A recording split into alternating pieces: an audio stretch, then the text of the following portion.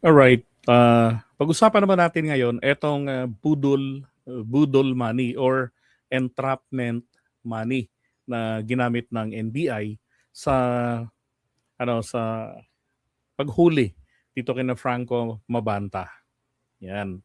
Kasi maraming mga nagsasabi na o sabihin na natin maraming nauto, okay, ng, sinagot nito ni Mabanta dun sa mga katanungan.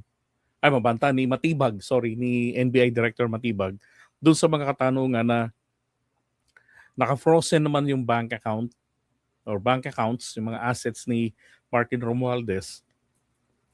Pero, ang bilis naman daw maglabas ng 75 million in cold hard cash. Ganon din itong sinasabi ni Guanzon. Ang sabi niya, akala ko naka-freeze, blah, blah, blah, ang pera ni at ari-arian ni Martin Luther King. Paano nakapaglabas ng 75 million na mali-maleta, literal, na mali-maletang pera? Talaga ha? Ano yun? Coins only? Oh. Ngayon, sabi ni, ito yung sagot ni Matibag. Yung tinatawag po na mark money, ang tawag ko dyan, budol money. Sa rekto po namin pinagawa yan. Wala pong pera na nilabas dyan si Rep. Martin Romualdez. May pang-ibabaw po na totoong pera. Sana po huwag maggaling-galingan yung mga wala po sa law enforcement na background. Huwag po sana mag-alam-alaman at magaling-galingan para mag-criticize lamang.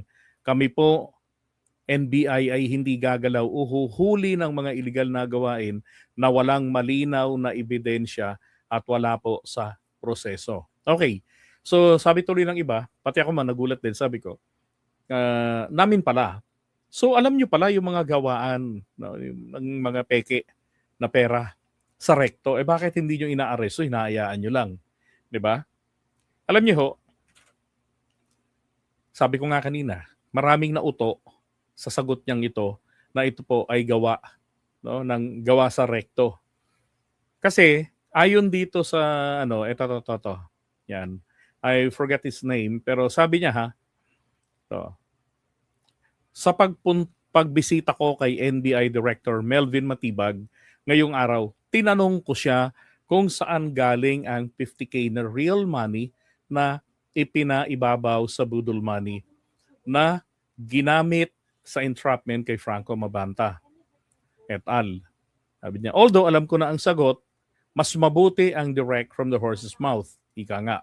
So sagot daw ni ni Matibag, sorry, ang 50,000 pesos at galing, sabi niya sagot ni Director Matibag, pera ng NBI ang 50,000 pesos at galing sa intelligence fund na ginagamit sa mga legitimate operations. Hindi ito galing kay Romualdez o kahit kaninong Poncio Pilato.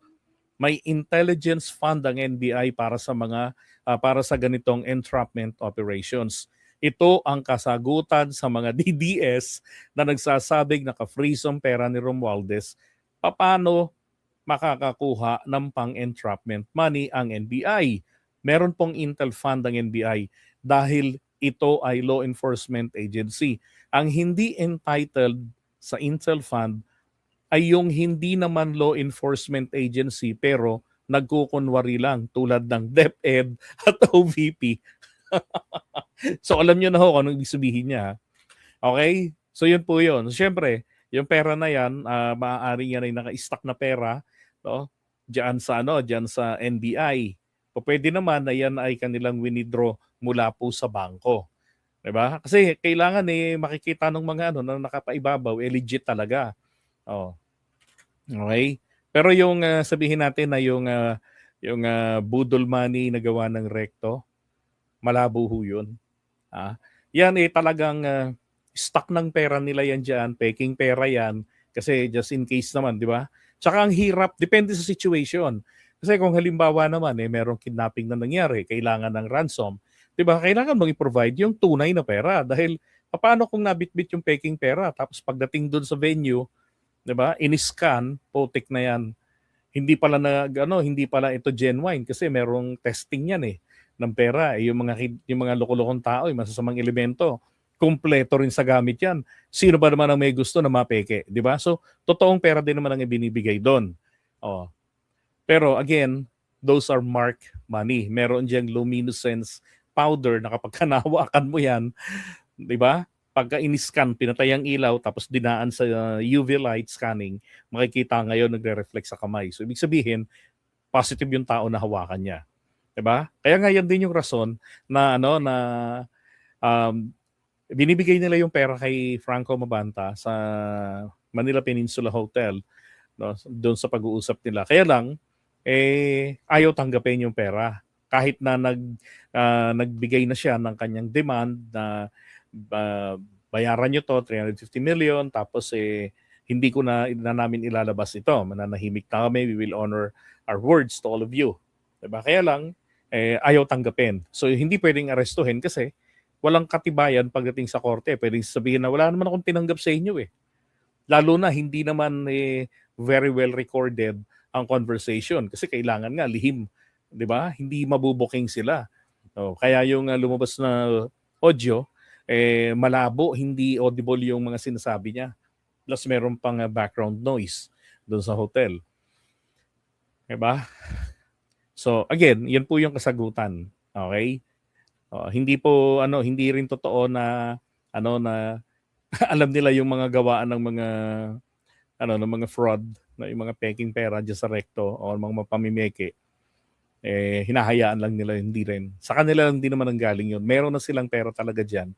Again, depende yan sa situation kung kailan applicable ang tunay na pera o yung peking pera, yung budol money ang gagamitin nila. Okay? So sa mga ka-DDS natin, sana po na-enlighten kayo. And I'm sure gamitin lamang po natin ang ating common sense, maiintindihan nyo po yung aking sinasabi.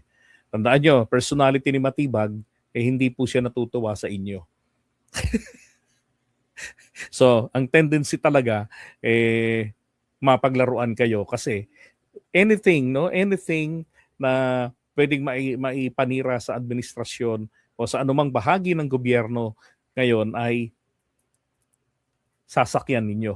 'Di ba? Mapasama lang ang Pangulo. So kaya, kung mapansin nyo lang, pinaglalaruan na rin po kayo ng mga taong gobyerno.